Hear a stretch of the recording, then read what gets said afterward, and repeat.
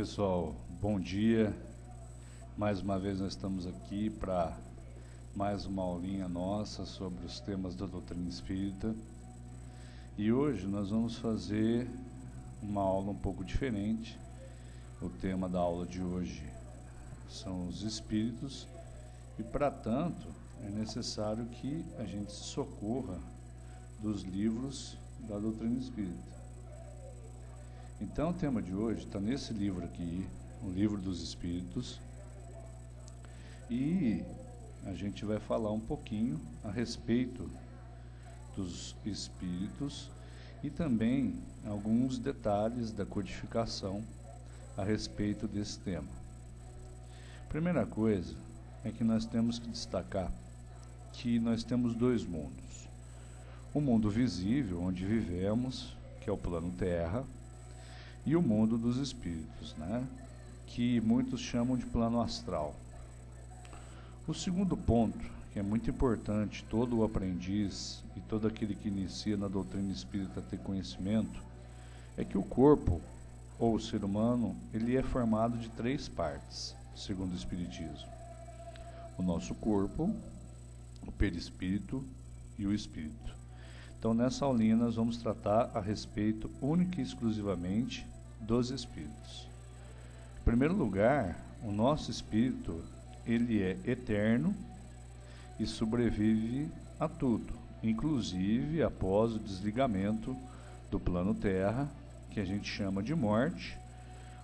Alguns chamam de morte, nós da doutrina espírita chamamos de desencarne. Primeira coisa que a gente tem que saber é que os espíritos nos influenciam mais do que nós temos convicção. Então, quando a gente vai no Livro dos Espíritos, nós temos que estudar, com fundamento doutrinário. Em primeiro lugar, a questão 87 do Livro dos Espíritos. Os espíritos estão por toda parte, povoam infinitamente os espaços infinitos.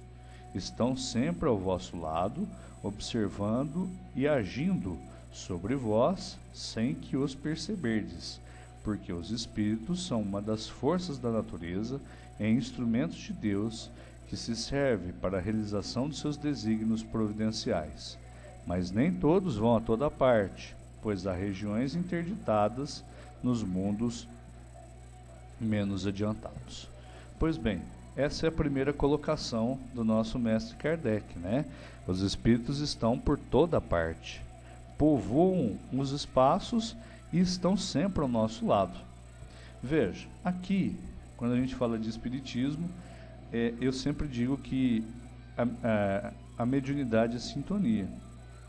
Dependendo do seu padrão de pensamento, dependendo da sua forma de agir, dependendo da sua forma de conduta, você vai atrair para o seu lado espíritos mais elevados ou espíritos menos elevados, obviamente em conformidade com o seu padrão de conduta. Em segundo lugar, algumas curiosidades, se os espíritos eles têm alguma forma determinada. E o nosso mestre Kardec, nos ensina que o espírito é uma chama, um clarão ou uma centelha etérea, o que faz com que a gente conclua que os espíritos eles não têm, evidentemente, uma forma pré-determinada. Então, eles podem se apresentar, invariavelmente se apresentam da maneira com que eles se sentem melhor. Temos relatos que irmãos que desencarnaram, eles assumem uma forma a qual eles se sentem melhor. Veja, e a cor? Segundo Kardec também, ela varia da sombra, e aí sombra a gente pode entender como um espírito menos evoluído, um espírito de cor escura, que geralmente aparece nos quadros obsessivos, ao brilho do rubi, segundo seja o espírito mais ou menos puros. Veja, o que é mais importante no estudo dos espíritos é o estudo da escala espírita que nós vamos ter no Livro dos Espíritos, a partir da questão 101.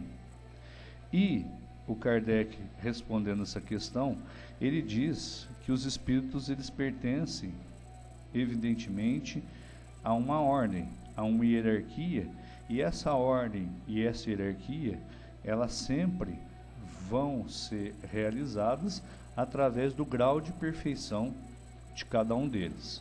Então nós temos os espíritos de primeira ordem, os espíritos de segunda ordem e os espíritos de terceira ordem. Os espíritos da terceira ordem são chamados de espíritos imperfeitos, onde predomina a matéria sobre o espírito. Esses espíritos de terceira ordem, eles têm uma propensão ao mal, predomina neles a ignorância, o orgulho, o egoísmo, todas as paixões humanas, também as suas consequências. Posteriormente, nós vamos ter a segunda ordem. A segunda ordem já é a ordem dos bons espíritos. Esses bons espíritos, eles já têm um traço que os diferencia dos espíritos imperfeitos. Nos espíritos de segunda ordem, o espírito é que vai predominar sobre a matéria.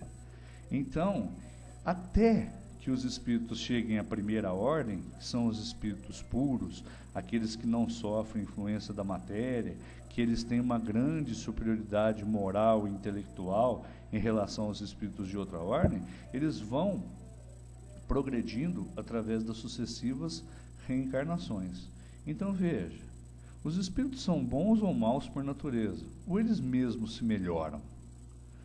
São os próprios espíritos que se melhoram, e melhorando-se, eles passam de uma ordem inferior para uma ordem superior.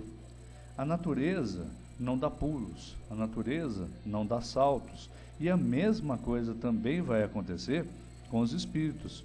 Quanto mais eles progridem, quanto eles mais abandonam os vícios terrenos, eles abandonam, evidentemente, as más paixões, as más inclinações, eles vão subindo naquela ordem hierárquica da hierarquia dos espíritos que nós comentamos. E Deus, quando cria o espírito, e ele não cessa de criar, ele nunca cria um espírito propenso ao mal, destinado eternamente à prática do mal, como alguns querem falar que existe como Satanás, como o demônio. Não. A progressão do espírito de 10ª classe até o de primeira classe é um destino que todos nós vamos ter que trilhar. Então, quando há o reencarne, a função do reencarne é fazer com que o espírito saia das classes inferiores e vão para as classes superiores. Os espíritos de primeira ordem, por exemplo, são aqueles que a gente conhece, né, dentro da igreja, como os anjos, os arcanjos, os serafins, os santos. E uma outra pergunta que se faz comumente é: aquele espírito bom, ele pode se degenerar, ele pode se voltar à prática de atos chamados de atos malignos? Não. O progresso do espírito é uma questão em que nós já comentamos, não há como o espírito que é de uma 4ª classe ser rebaixado para uma 3ª classe, ser rebaixado para uma 2ª classe. Como também não existe o pulo, não existe a progressão automática dele sair de um espírito de 10ª classe, por exemplo, e ser galgado à categoria de um espírito puro. Por quê? Porque a Terra, os planetas, os vários e vários planetas e orbes que nós temos, eles se destinam a que o espírito possa, evidentemente, evoluir. Então, na igreja, nós encontramos algumas ideias a respeito dos espíritos, né? A igreja, na Idade Média, ela construiu a ideia da existência do demônio. Em primeiro lugar, a palavra demônio, ela vem e tem uma etimologia da palavra grega daimon. Daimon significa gênio, inteligência. Então o Daimon é uma inteligência. E sendo uma inteligência, nós aí encontramos a doutrina espírita, porque o espírito é o ser inteligente da criação. Como eles se dedicavam à prática dos atos malignos, eles foram transformados nos demônios. Então, nós temos uma visão um pouco diferenciada do céu, do inferno, dos anjos, que bate de frente com a Igreja Católica. E o objetivo? Qual que é o objetivo, então, da reencarnação? É fazer com que aquele espírito de 10ª classe galgue para a 9ª, da 9ª para a 8ª, da 8ª para a 7ª, e sucessivamente até que ele atinja o grau de perfeição de um chamado espírito puro. Um detalhe que eu sempre menciono é que as pessoas, elas falam assim para mim: Arlindo, eu vou rezar para as almas perdidas. E aqui, para a doutrina espírita, existe uma pequena diferenciação. Existe uma diferença entre alma e espírito, né? A alma nada mais é do que o espírito encarnado. E o espírito é aquele terceiro componente daquilo que nós estudamos do corpo, perispírito e espírito. A alma, que nós sabemos hoje que é o espírito encarnado, nada mais era, né, que um espírito. Quando ele se encarna, ele volta ao plano terra, ele volta à matéria, o espiritismo chama de alma. Quando ele aguarda uma reencarnação, ele é chamado de espírito. Então, quando a gente vai lendo, né, o livro dos espíritos, eu sugiro que vocês leiam dessa maneira aqui. Não sei se dá para vocês visualizarem. Sempre eu vou destacando, né, e grifando aquilo que é mais importante. Porque tem alguns livros que a gente lê como se fosse um romance, e outros livros que a gente lê como se fosse um instrumento de trabalho, um instrumento, muitas vezes, um instrumento de aprendizado. Então veja, o que eu quero dizer? Resumindo, corpo, alma, perispírito. O espírito não tem sexo, a escolha do sexo do espírito depende, evidentemente, da prova que ele vai ter que suportar. Então, para determinada prova, ele vai assumir a feição de um homem. Em outra prova, quando ele, por exemplo, necessita desenvolver o lado materno, o lado mãe, o lado sensibilidade, ele encarna como mulher. Quando ele, por exemplo, precisa desenvolver o vigor que temos nos homens, ele assume a feição do homem.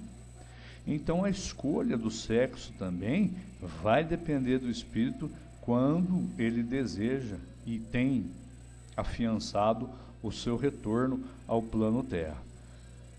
Lembrar sempre que nós temos o corpo, o espírito, o perispírito. O espírito não tem sexo definido, ele tem cores que os distinguem. A cor mais escura dá indício de ser o irmão menos evoluído, uma cor mais clara, um irmão mais evoluído.